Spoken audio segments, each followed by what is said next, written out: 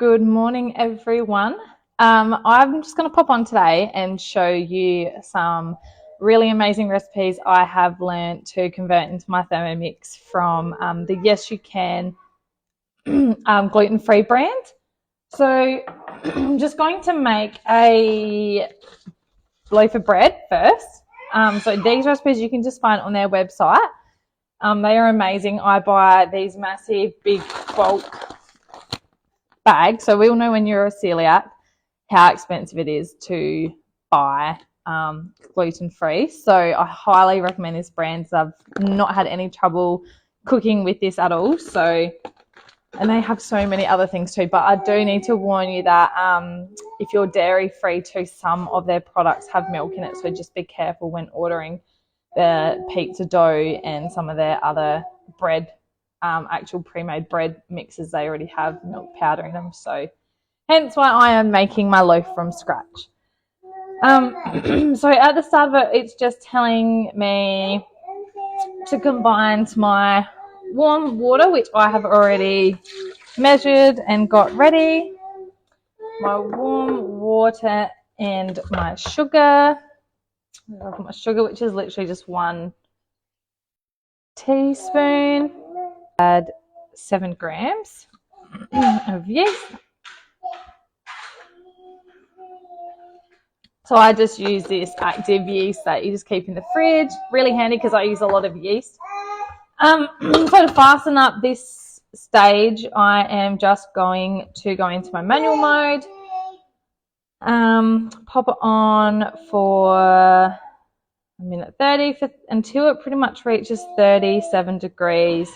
I just want my yeast to activate at 37 degrees. So once it's pretty much hit that 37 degrees, I can stop it and then start the next thing. So on their recipe, it does recommend to leave in a bowl for 5 to 10 minutes, but obviously I'm fastening up the yeast activation using my Thermomix. So that's what I love so much about my Thermomix. It's saving me extra time that I have in the kitchen. As it says now, once we do that in the large mixing bowl, we're going to whisk together the plain flour and the salt.